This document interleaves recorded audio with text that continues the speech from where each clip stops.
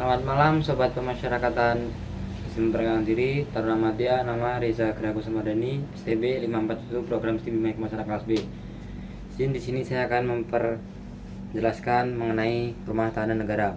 Rumah Tahanan Negara adalah lembaga pemasyarakatan yang berfungsi sebagai tempat penahanan sementara bagi seorang yang berstatus sebagai tahanan, baik tahanan penyidik, penuntut umum maupun pengadilan.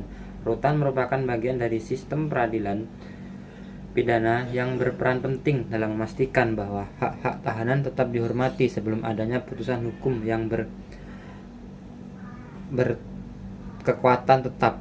Dalam operasionalnya, rutan diawasi oleh Kementerian Hukum dan Hak Asasi Manusia (Kemenkumham) melalui Dirjenpas. Berbeda dengan lapas yang diperuntukkan bagi narapidana yang telah menerima putusan hukum tetap, rutan menampung individu yang masih dalam proses hukum dan belum menjadi status narapidana. Meskipun memiliki tujuan utama sebagai tempat penahanan sementara, banyak rutan di Indonesia menghadapi berbagai tantangan. Salah satunya adalah overkapasitas. Jumlah tahanan yang melebihi daya tampung menyebabkan berbagai masalah kesehatan, kebersihan, serta peningkatan risiko konflik antar tahanan. Selain itu, keterbatasan tenaga pengamanan dan fasilitas rehabilitasi membuat kondisi di banyak rutan menjadi tidak ideal. Pemerintah telah berupaya mengatasi masalah ini dengan beberapa kebijakan seperti persiapan penerapan sistem peradilan pidana yang lebih efektif, perluasan program rehabilitasi, serta pembangunan dan renovasi rutan di berbagai daerah. Namun, solusi ini masih menghadapi berbagai kendala, termasuk keterbatasan anggaran dan meningkatkan angka kriminalitas yang berujung pada bertambahnya jumlah tahanan.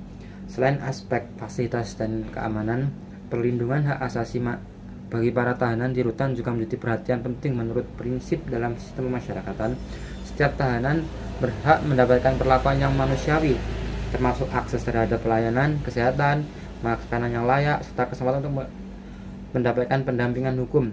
Dalam beberapa kasus seperti rutan-rutan lembaga seperti Komnas HAM dan organisasi masyarakat sipil turun mengawasi kondisi di rutan guna memastikan bahwa tidak terjadi pelanggaran hak asasi manusia.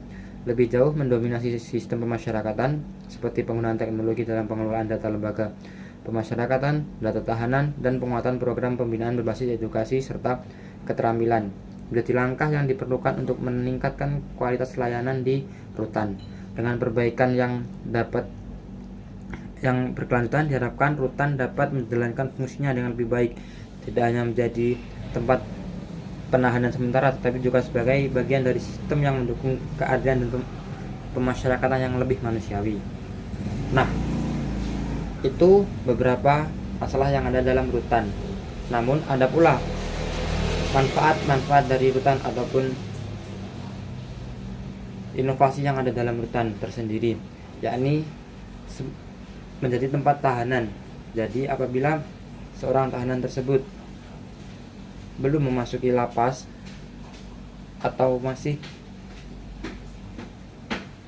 dalam penanganan perkara, sebelum masuk ke lapas masih dapat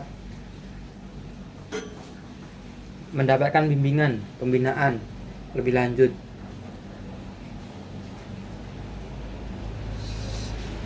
Siap, terima kasih.